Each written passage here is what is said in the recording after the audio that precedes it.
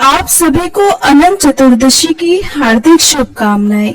अनंत भगवान सदा आप और आपके परिवारजनों की रक्षा करे। अनंत चतुर्दशी का दिन उस आदि मध्य और अंत से रहित सृष्टिकर्ता के पूजन और भक्ति का होता है जो कि अनंत है। यानी कि इस दिन भगवान विष्णु के अनंत स्वरूप की पूजा की जाती है। इस दिन जो 14 गांठों का धागा बांधा जाता है उसके विषय में ये मान्यता है कि उसमें भगवान अनंत विद्यमान रहते हैं। उसकी 14 गांठों को 14 लोकों का प्रतीक माना जाता है। जो भी मनुष्य अनंत चतुर्दशी के दिन इस धागे को अपने हाथ पर बांधता है उसके सभी कष्टों को अनंत भगवान हर लेते हैं। ऐसे भक्तों की स्वयं अनंत भगवान रक्षा करते हैं, उनकी सभी मनोकामनाएं पूर्ण करते हैं। अनंत चतुर्दशी का व्रत और पूजन करने वाले भक्तों को समस्त भौतिक सुखों की प्राप्ति होती है। सभी रोगों का नाश हो जाता है, आरोग्यता की प्राप्ति होती है, वंश की वृद्धि होती है, घर में सुख समृद्धि बनी रहती है, संतान सुख की प्राप्ति होती है, मान प्रतिष्ठा के साथ ही ऐश्वर्य और वैभव की भी वृद्धि होती है। इस दिन अनंत भगवान के चरणों में अनंत सूत्र अर्पित किया जाता है। फिर पूजा करते हुए अनंत सूत्र को प्रणाम करके सभी स्त्रियां उसे अपने बाएं हाथ में और पुरुष दाहिने हाथ पर बांधते हैं। इस धागे को शरीर के केवल ऊपरी हिस्सों में ही बांधा जाता है। कुछ लोग इसे गले में भी धारण करते हैं। अनंत बांधने के बाद अनंत चतुर्दशी की व्रत कथा अवश्य ही पढ़नी या सुननी चाहिए। कथा सुनने के बाद विष्णु सहस्त्र नाम का पाठ किया जाता है। धूप दीपक और कपूर जलाकर भगवान की आरती की जाती है। फिर ब्राह्मणों को भोजन आदि कराकर उन्हें दान दक्षिणा दी जाती है। इस दिन केवल एक समय ही शुद्ध सात्विक भोजन किया जाता है। रात्रि में भजन कीर्तन करके जागरण किया जाता है। ये व्रत लगातार 14 वर्षों तक करना चाहिए। जब आपको लगे कि आप व्रत करने में सक्षम नहीं हैं, तो इसका उद्यापन करके ही आपको इस व्रत को छोड़ना चाहिए। अब सुनिए अनंत चतुर्दशी की संपूर्ण व्रत कथा। एक बार नैमिषारण्य तीर्थ में पुराणों के जानने वाले श्री सूत जी महाराज अपने शिष्यों और अन्य ऋषि मुनियों को श्रीमद् भागवत की कथा सुनाते हुए बोले, हे ऋषियों, जरासंध की मृत्यु के बाद महाराज युधिष्ठिर ने विशाल राजसूय यज्ञ का आयोजन किया। उस यज्ञ में दूर दूर से भारतवर्ष के बड़े बड़े राजा महाराजा सम्मिलित हुए। पांडवों द्वारा बसाया गया नगर इंद्रप्रस्थ बड़ा ही सुंदर था। उसका वैभव और स्थापत्य देखते ही बनता था। पांडवों के लिए असुरों के शिल्पी मय दानव ने बहुत ही सुंदर भवन का निर्माण किया। उसमें ऐसी कई विशेषताएं थी जो उस भवन को देखने वालों को भ्रम में डाल देती थी। उसमें जहां जहां पर अग्नि प्रज्वलित होती थी वहां सब कुछ सामान्य होता। जहां जल होता वहां स्थल होने का आभास होता, और जहां स्थल होता वहां जल होने का भ्रम होता। ऐसी विशेषताओं वाले उस भवन को देखने के लिए दुर्योधन भी गया और उस भवन की भव्यता और सौंदर्य को देखकर वह भी विस्मित हो गया। एक स्थान था जहां पर जल था परंतु स्थल होने का आभास हो रहा था। दुर्योधन वहां गया तो वो जल में गिर पड़ा। उसे ऐसी अवस्था में देखकर द्रौपदी को हंसी आ गई और उसने द्रौपदी को अंधे का पुत्र अंधा कहकर उसका अपमान कर दिया। इस अपमान से दुर्योधन तिलमिला उठा। उसने पांडवों और द्रौपदी को अपमानित करने और उनसे उनका राज्य छीनने की इच्छा से उन्हें चौसर खेलने का निमंत्रण दिया। उस चौसर के खेल में कपट द्वारा पांडवों का राज्य छीनकर उन्हें दास बना लिया और महारानी द्रौपदी को जीतकर उन्हें दासी कहकर अपमानित किया और उनके चीर हरण का प्रयास किया। उस समय द्रौपदी के सम्मान की रक्षा स्वयं भगवान कृष्ण ने की थी। उसके बाद पांडवों को 12 वर्ष के वनवास और 1 वर्ष के अज्ञातवास का प्रण निभाने के लिए कहा गया। एक सम्राट से महाराज युधिष्ठिर एक वनवासी बन गए। उनका समस्त वैभव उनके पास से चला गया। वो अपने भाइयों और अपनी पत्नी रानी द्रौपदी के साथ वन में रहने के लिए विवश हो गए। एक बार जब भगवान श्री कृष्ण उनसे भेंट करने के लिए आए, तब उन्होंने दुखी होकर उनसे अपने मन का सारा हाल कह दिया और उनसे उपाय पूछा कि हे मधुसूदन, कैसे उनकी परेशानियों का नाश हो सकता है? कौन सा ऐसा व्रत या पूजन है जिसे करने से उन्हें उनका खोया हुआ मान सम्मान और राज्य प्राप्त हो सकता है? तब भगवान श्री कृष्ण ने उन्हें अनंत चतुर्दशी के व्रत का विधान सुनाया। भगवान कृष्ण कहने लगे कि हे धर्मराज, अनंत भगवान का व्रत और पूजन करने से आपकी समस्त परेशानियों और दुखों का नाश हो जाएगा और जो कुछ भी आपने खोया है वो पुनः आपको प्राप्त हो जाएगा। आपकी सभी मनोकामनाएं भी पूर्ण होंगी। ऐसा कहकर भगवान श्री कृष्ण ने उन्हें अनंत चतुर्दशी के व्रत की विधि बताकर उसकी कथा सुनाई। कथा के अनुसार अति प्राचीन काल में सतयुग के समय में एक ब्राह्मण हुआ करता था। उसका नाम था सुमंत। उसका विवाह वशिष्ठ गोत्र में उत्पन्न हुई भृगु ऋषि की सुंदर कन्या से हुआ और विवाह के बाद उनके उत्तम गुणों वाली कन्या का जन्म हुआ, जिसका नाम उन्होंने सुशीला रखा। सुशीला की अल्पायु में ही उसकी माँ का स्वर्गवास हो गया। तब उसके पिता सुमंत का दूसरा विवाह कर्कशा नाम की कन्या से हो गया। कर्कशा अपने स्वभाव के अनुसार ही बहुत दुष्ट और कर्कश थी। वह सुशीला के प्रति द्वेषपूर्ण भाव रखती थी, कभी उससे प्रेम नहीं करती और अपने पति से भी प्रतिदिन झगड़ा किया करती। समय के साथ साथ सुशीला की आयु भी बढ़ती गई और वह विवाह के योग्य हो गई। उसके रूप और गुणों की चर्चा सुनकर वेदों के ज्ञाता और मुनियों में श्रेष्ठ कौंडिल्य ऋषि सुमंत के पास सुशीला से विवाह की इच्छा लेकर आए। कौंडिल्य ऋषि ने सुमंत से उसकी पुत्री सुशीला का विवाह उनके साथ करने के लिए कह दिया। सुमंत ने खुशी के साथ अपनी पुत्री का विवाह कौंडिल्य ऋषि के साथ कर दिया। अपनी पुत्री को विदा करते समय उसे कुछ देने की इच्छा से सुमंत अपनी पत्नी कर्कशा से कहने लगा, तो उसने घर के सारे पुराने सामान और बारात के खाने के लिए, रास्ते के भोजन के लिए रात का बचा हुआ भोजन बांध दिया। ये सब सुशीला ने देख लिया। ये देखकर उसे बहुत दुख हुआ। उसे लगा कि जब उसके ससुराल वालों को ये सब पता चलेगा तो उसका कितना अपमान भी करेंगे, उसे उनका तिरस्कार भी सहना पड़े। ये सोचकर उसके मन में आत्महत्या का विचार आया। जब मार्ग में एक नदी के किनारे रुके तो सुशीला नदी में डूबकर आत्महत्या के विचार से वहां पहुंच गई। वह जब वहां पहुंची तो उसने देखा कि नदी के किनारे बहुत सी स्त्रियां कोई पूजन कर रही हैं। सुशीला ने उन स्त्रियों से पूछा कि आप लोग ये क्या कर रही हो? तब उन्होंने बताया कि आज अनंत चतुर्दशी है और हम सब अनंत भगवान का व्रत और पूजन कर रहे हैं। इस पूजन को करने से सभी मनोकामनाएं पूर्ण हो जाती हैं। तब सुशीला ने उनसे अनंत चतुर्दशी के व्रत और पूजन की विधि पूछी। तब एक स्त्री ने उसे बताया कि हे सुशीला, ये अनंत चतुर्दशी का व्रत है और इसमें भगवान विष्णु के अनंत स्वरूप का पूजन किया जाता है। पूजन के बाद 14 गांठों वाला धागा शुद्ध करके स्त्रियां अपने बाएं हाथ पर और पुरुष अपने दाएं हाथ पर बांधते हैं। इस धागे को बांधते समय अनंत भगवान से प्रार्थना करें कि हे अनंत देव, आप इस संसार रूपी सागर से मुझे पार लगाओ, मेरा उद्धार करो और आपको मेरा बारंबार प्रणाम है। फिर इस कामना के साथ इस अनंत सूत्र को अपने हाथ में बांधे और अनंत भगवान का ध्यान करें। तब सुशीला ने वही व्रत का संकल्प किया और पूजन करके अपनी बाईं बाह पर 14 गांठों वाला एक सूत्र बांध लिया और अनंत भगवान से प्रार्थना की कि हे प्रभु, आप तो सब कुछ जानते हैं।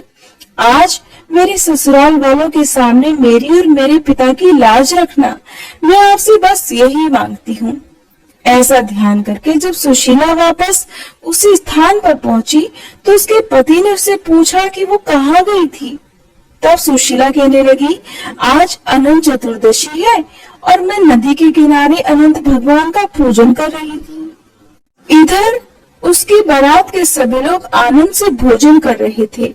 वहां भोजन में तरह तरह के पकवान थे। सबने सुशीला के परिवार की खूब प्रशंसा की। तब सुशीला ने अनंत भगवान का धन्यवाद किया और अपना व्रत पूर्ण किया। जब वह अपनी ससुराल पहुंची तो उसे अनंत चतुर्दशी के व्रत का महात्म्य पता चला। उस व्रत के प्रभाव से उसके परिवार में सुख समृद्धि बढ़ने लगी और धन धान्य से उसका घर परिपूर्ण हो गया, उसका जीवन सुखमय हो गया। एक बार उसके पति की दृष्टि उसके हाथ पर बंधे अनंत सूत्र पर पड़ गई, तो उसने सुशीला से पूछा कि ये क्या है और तुमने इसे क्यों बांध रखा है। तब सुशीला ने कहा, हे स्वामी, ये अनंत भगवान का सूत्र है। मैं अनंत भगवान का व्रत करती हूँ और उन्हीं की कृपा से आज हमारे पास धन धान्य आदि सब कुछ है। सुशीला के ऐसे वचन सुनकर कौंडिल्य ऋषि ने अहंकारवश वह अनंत सूत्र तोड़कर जलती हुई अग्नि में फेंक दिया। सुशीला ने तुरंत अनंत सूत्र को आग से निकाला और उसे दूध में डाल दिया। इधर अनंत सूत्र का इस प्रकार अपमान करने से कौंडिल्य ऋषि पर अनंत भगवान रुष्ट हो गए और इस कारण उनका समस्त ऐश्वर्य समाप्त हो गया, घर जल गया, धन चोरी हो गया, घर परिवार में कलह होने लगा और उनका स्वास्थ्य भी खराब रहने लगा। तब उन्होंने अपनी पत्नी सुशीला से कहा कि अचानक ये क्या हो गया, हमारा सारा धन वैभव नष्ट हो गया। तब सुशीला कहने लगी कि स्वामी, ये सब अनंत भगवान और उनके उस सूत्र के अपमान के कारण हुआ है। तब कौंडिल्य ऋषि को अपनी गलती का पश्चाताप हुआ और उसका प्रायश्चित करने के लिए वे तप करने और अनंत भगवान के दर्शन की इच्छा से वन को चले गए। वन में पहुंचकर कौंडिल्य ऋषि इधर उधर घूमकर सबसे अनंत भगवान के विषय में पूछने लगे। वन में उन्होंने एक फलों से लदा हुआ पेड़ देखा जिसमें कीड़े पड़े हुए थे। उन्होंने उससे पूछा कि तुमने अनंत भगवान को देखा है क्या? तब उस वृक्ष ने मना कर दिया और कहा, नहीं, मैंने नहीं देखा। यह सुनकर जब कौंडिल्य ऋषि आगे बढ़ने लगे तो वृक्ष ने कहा कि अगर तुम्हें अनंत भगवान मिले तो उनसे पूछना कि मेरे अंदर कीड़े क्यों हैं। तब कौंडिल्य ऋषि उससे हाँ कहकर आगे बढ़ गए। अनंत भगवान के दर्शन की इच्छा मन में लिए कौंडिल्य ऋषि वन में आगे बढ़ते रहे। वन में उन्हें घूमती हुई गाय और बछड़े मिले। तब कौंडिल्य ऋषि ने गायों से पूछा कि हे गौ माता, क्या तुमने अनंत भगवान को देखा है? तब उस गाय ने भी मना कर दिया। आगे कौंडिल्य ऋषि को एक बैल मिला, उससे भी उन्होंने वही प्रश्न किया तो उस बैल ने भी मना कर दिया। उसके आगे उन्हें दो पुष्करनियां मिली, उनसे भी उन्होंने वही सवाल किया, उन्होंने भी वही उत्तर दिया जो बाकी सब ने दिया था। इस प्रकार कौंडिल्य ऋषि वन में आगे बढ़ते रहे और उन्हें जो भी मिलता उससे वो यही प्रश्न पूछते कि क्या आपने अनंत भगवान को देखा है? परंतु किसी से भी संतोषजनक उत्तर न पाकर वे बड़े दुखी हुए और उन्होंने अपने प्राण त्यागने का निश्चय कर लिया। जब उन्होंने आत्महत्या का प्रयास किया तभी अनंत भगवान एक ब्राह्मण के रूप में प्रकट हो गए और कौंडिल्य ऋषि को लेकर एक गुफा के अंदर चले गए। उस गुफा के अंदर कौंडिल्य ऋषि को बहुत सुंदर लोक दिखा। वहां पर चारों ओर एक दिव्य प्रकाश फैला हुआ था। वहां पर सभी लोग प्रसन्न थे। वहीं पर उन्हें अनंत भगवान के विश्व रूप के दर्शन हुए। एक दिव्य सिंहासन पर अनंत भगवान शंख चक्र गदा पद्म लिए गरुड़ के साथ विद्यमान थे। भगवान के विराट रूप को देखकर कौंडिल्य ऋषि ने उनकी स्तुति की और अपनी गलतियों के लिए उनसे क्षमा मांगी। कौंडिल्य ऋषि के भक्ति युक्त वचन सुनकर अनंत भगवान ने उनसे कहा, हे कौंडिल्य, तुम किस इच्छा से मुझे खोज रहे थे? तुम भय मुक्त होकर मुझसे अपने मन की बात कहो। तब कौंडिल्य ऋषि कहने लगे, हे प्रभु, मैंने अज्ञान और अहंकार के कारण आपका बहुत अपमान किया और आपके अनंत सूत्र को भी अग्नि में फेंक दिया, जिसके कारण मेरी सारी संपत्ति नष्ट हो गई, मेरे परिवार में अशांति फैल गई मेरी मान प्रतिष्ठा धूमिल हो गई। मैं अब अपनी गलती की क्षमा प्रार्थना लेकर आपके दर्शन के लिए यहाँ आया हूँ। आपके दिव्य स्वरूप के दर्शन पाकर मेरा जीवन धन्य हो गया। हे प्रभु, मैं आपसे अपने अपराध के लिए क्षमा मांगता हूँ और मेरे जीवन में सब कुछ पहले जैसा कैसे होगा, इसका उपाय भी आप कृपा करके बताइए। तब अनंत भगवान को उस पर दया आ गई। उन्होंने कहा, हे कौंडिल्य, तुम अपने घर जाकर 14 वर्षों तक अनंत चतुर्दशी का व्रत और पूजन पूरी श्रद्धा और भक्ति के साथ करो। अपने दाएं हाथ में 14 गांठों युक्त अनंत सूत्र बांधना।